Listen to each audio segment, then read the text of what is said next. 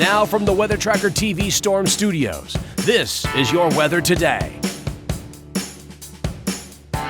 Here's Chief Meteorologist William Cole. All right, folks, here we go on this Election Day Tuesday. It is an election day across North Texas, and the weather's absolutely going to cooperate for you to get out to the ballot box. Lots of bright sunshine, a fairly breezy southerly wind. But look at your daytime highs for another day in a row.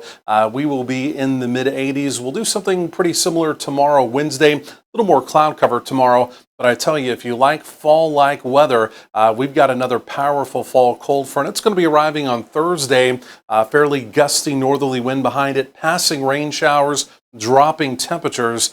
You get the point. Fall is returning to the forecast again. We're going to talk about that coming up momentarily as well. But this is where we started the morning.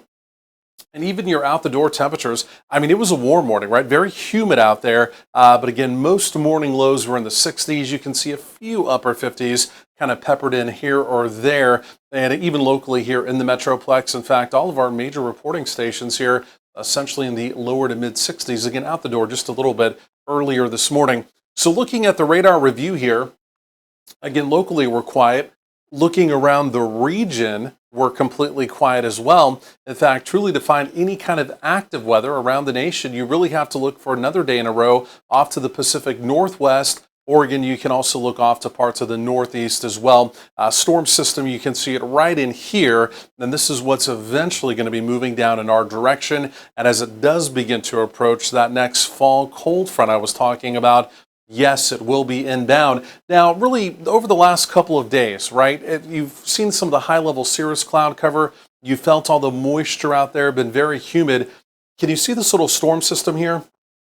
It's currently right off the tip of the California Baja. It's been streaming some Pacific moisture, mainly at the mid-levels through the area. That's going to begin to kind of tamp down, right? So we're no longer as concerned about this. In fact, it's almost going to fizzle and go away. That is not going to be our next weather maker. Again, we're talking about this storm system, big dip. Again, this is going to be approaching, and again, we will get that push of, again, some chillier air down into the region as well. It's not going to be a blast of Arctic air, no polar air, so to speak.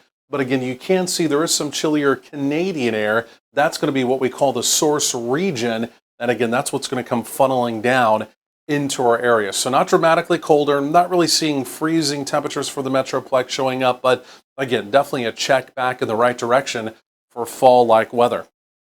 So here comes that storm system. You can see it's kind of in slow-mo mode though, right? It really takes its time, kind of lumbers towards the southern plains. There it eventually comes through. You see it right there. Then we go into a little bit more of a ridging pattern, kind of quieter weather to kind of tamp down the rest of our work week. But then we've got another weather maker, again, coming back up from the southwest. And as we get into the middle parts of next week, I'm picking up on another opportunity of rain. So the bottom line, the forecast has been pretty quiet, but it's about to get fairly active again as we go forward in time. Now, first thing tomorrow morning, you may notice a little bit of low-grade stratus cloud cover. That's going to be a flux of moisture coming up from the Gulf of Mexico. We'll burn that off as we go through tomorrow afternoon.